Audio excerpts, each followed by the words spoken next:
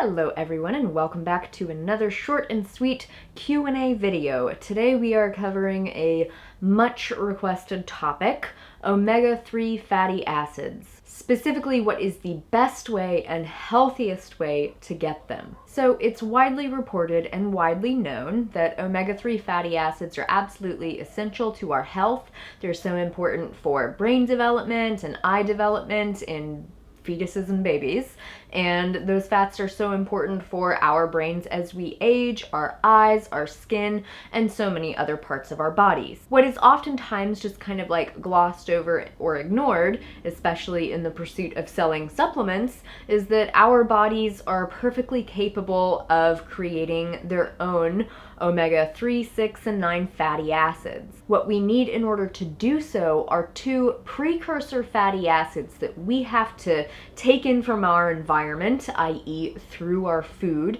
in order to make those omega fatty acids. Those are called essential fatty acids. Those two are linoleic acid and alpha-linolenic acid, aka LA and ALA. So linoleic acid, LA, is the precursor fatty acids that turn into omega-6 fatty acids. Alpha-linolenic acid, ALA, are the fatty acids that turn into omega-3 fatty acids. The two primary types of omega-3 fatty acids that are touted in all of the research are EPA and DHA. Both of those are highly anti-inflammatory. So omega-6s and omega-3s are what are called HUFAs, or highly unsaturated fatty acids, also called LCPUFAs, which stands for long-chain polyunsaturated fatty acid. Lots of abbreviations everywhere. So the beautiful thing about our bodies is that we are able to consume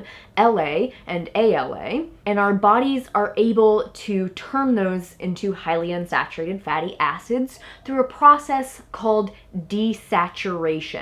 Desaturation is achieved through the use of desaturation enzymes. So the interesting thing is that LA and ALA, they're both desaturated using the same desaturation enzymes. So they actually end up competing with each other. This is why you've probably heard that it's a good idea to have a good omega-6 to omega-3 ratio. What you may not realize is that they're talking about precursor fatty acids. So if you're eating more linoleic acid, LA, which turns into omega-6s, than you are alpha-linolenic acid, which turns into omega-3s, your body is going to end up using most of its desaturation enzymes on the omega-6 fats. So you're going to end up with plenty of omega-6s, but not a lot of omega-3s.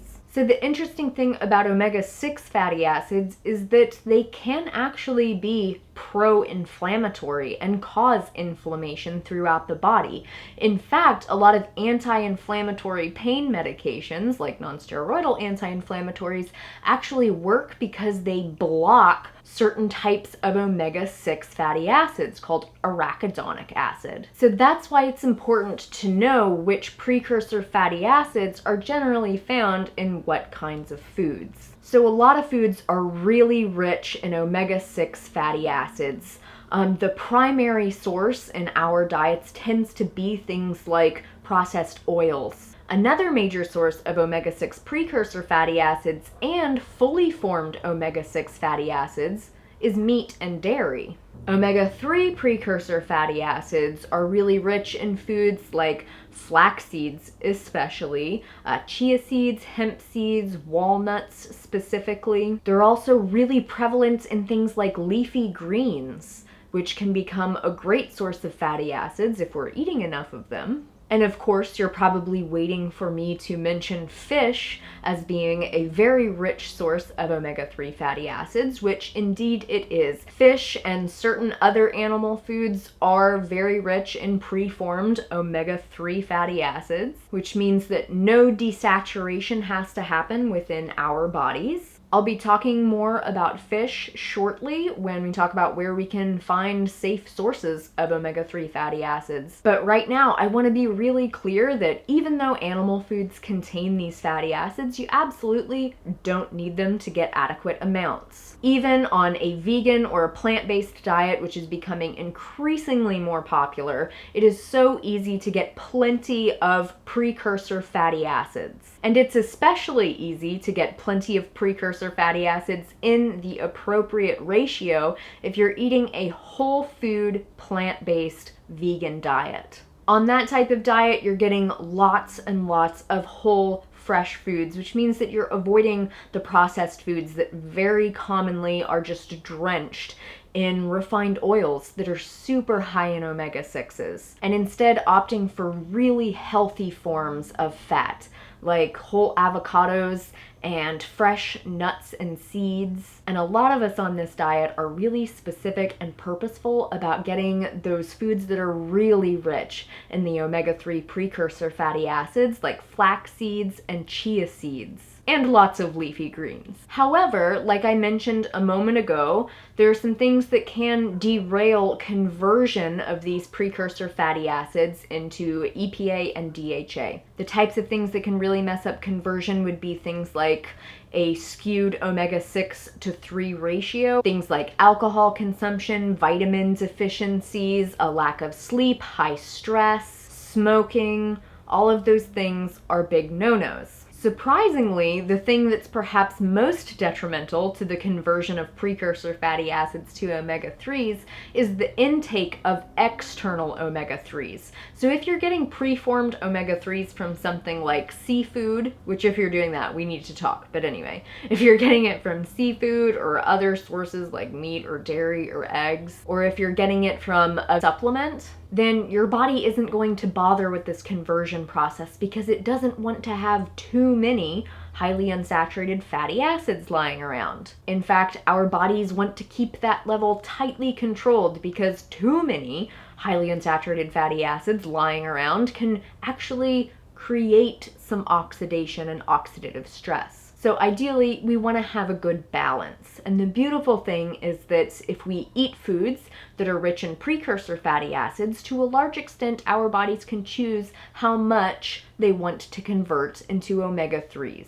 You may have also heard that men aren't so good at this whole omega-3 conversion process. Now, I happen to belong to the population that is the best at converting precursor fatty acids into omega-3s, and that population happens to be women of childbearing years. Now, we're so good at this because, biologically speaking, I'm supposed to be creating babies right now. That's why I am biologically on the planet, is to make babies. Now, I'm not gonna do that, but I know a lot of people choose to, and if you're gonna make a baby, you're gonna be growing an entire brain inside you. And I tell you what, that takes a lot of omega-3s. So women of childbearing years are great at this conversion. We're great at storing omega-3s, and we're great at using those to grow baby brains. So for those of us who choose to stick with the conversion route, you want to make sure that you're getting between 2.2 to 4.4 grams of ALA per day. Just to illustrate, you get 4.7 grams of ALA from 2 tablespoons of flax seeds. So if you have some flax seeds every day, you should be all set. And then most health professionals don't usually bother recommending LA levels because they're so much easier to get, and really none of us have any problem getting it. As long as you're eating, a handful of nuts and seeds, or, half an avocado to a whole avocado per day, along with the other fats that are naturally found in fruits and vegetables, whole grains and beans, then you'll be totally fine with your LA levels. So there's no need to worry or stress about that. Now, if you decide that your conversion game might not be all that strong because you drink alcohol regularly, or maybe you're still smoking, or maybe you just have like a crap diet with lots of junk food in it and you just don't feel like cleaning it up right now, I understand. Or if you've had like a chronic illness for a long time, if you think you might have vitamin deficiencies, or if you're just like otherwise paranoid, which I get, then you can totally supplement. In fact, I started supplementing with DHA and EPA about 6 months ago, kind of as an experiment, just to see what would happen, see if there was any improvement in my skin texture or my, I don't know, hair health or my eyeballs or my thinking ability. And as far as I can tell, it's made absolutely no difference, except that I've spent about $150 on supplements.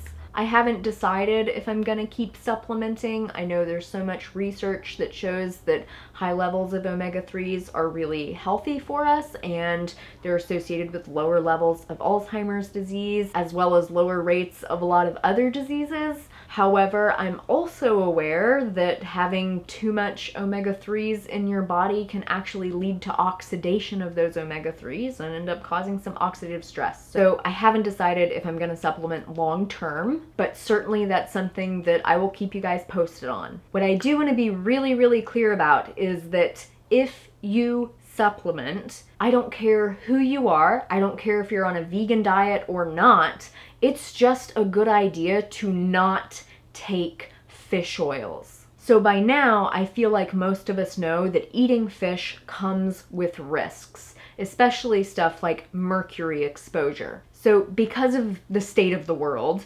and the environment and the way that humans have just polluted it to within an inch of its capability to survive, fish have become toxic waste accumulators. They're just like little sponges. They take all of those pollutants that's in the water and they filter it, and it builds up in their tissues and in their fat. And the higher up the food chain those fish go, the more toxic they are. So while I admit that there might have been a time in human history when consuming fish or other kinds of seafood might have been beneficial to our survival, but at this point in history, that is no longer true. There's nothing necessary or healthy about eating fish anymore. And that goes for fish oil supplements too.